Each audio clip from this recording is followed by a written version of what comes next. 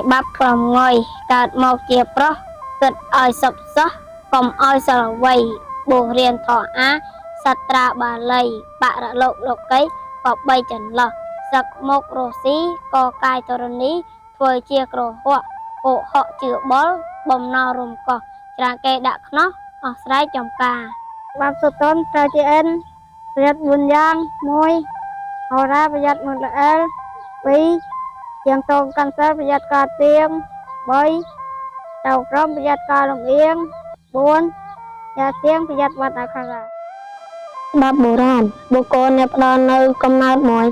បុគ្គលអ្នកផ្ដល់នៅកំណើតមួយបុគ្គលអ្នកផ្ដល់នៅចំណេះវិជ្ជាមួយបុគ្គលអ្នកផ្ដល់នៅអាហារមួយបុគ្គលអ្នកការពារនៅភ័យមួយបុគ្គលទាំង5ពួកនេះចាប់ជាឪពុកពិតប្រាកដហេតុដែលនាំឲ្យត្រកូលវិនាស4យ៉ាងនិងចម្រើន5យ៉ាងត្រកូលដែលសម្បូរដោយទ្រព្យរាប់ថាត្រកូលស្ដុកស្ដំហើយត្រកូលស្រុកស្ដំដែលនឹងតាំងនៅយូរមិនបានឬនឹងគង់វង្សតទៅយូរមិនបានក៏ព្រោះស្ថាន4យ៉ាងយើងមិនត្រូវយល់ថាការគ្រប់គ្រងផ្ទះថែរក្សាទ្រព្យសម្បត្តិឲ្យគង់វង្សថិតទេជេរកាលទៅនោះជាការងាយមិនមែនដូច្នេះទេគឺជាការលំបាកអ្នកដែលជាមេផ្ទះត្រូវតែមាន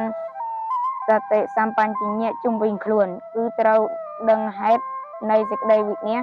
របស់ត្រកូលដឹងហេតុនៃសេចក្តីចម្រើនរបស់ត្រកូលវាចាកហេតុនឹងដែលធ្វើឲ្យត្រកូលវិនាសប្រកបតែហេតុដែលនឹងធ្វើឲ្យត្រកូលចម្រើនប្រកបតែហេតុ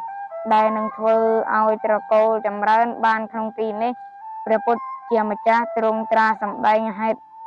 ដែលធ្វើឲ្យត្រកូលវិនាស4យ៉ាងគឺ1មិនស្វែងរកទ្រព្យដែលបាត់ហើយ2មិនជួសជុលរបស់ដែលគ្រាំគ្រា3មិនដឹងប្រមាណក្នុងការ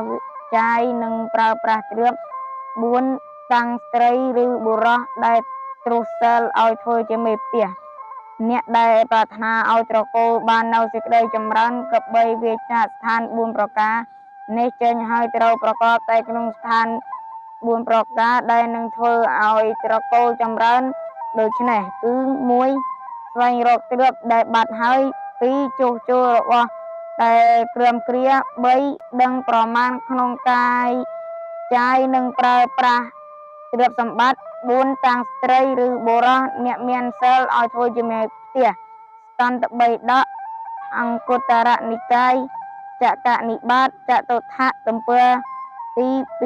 270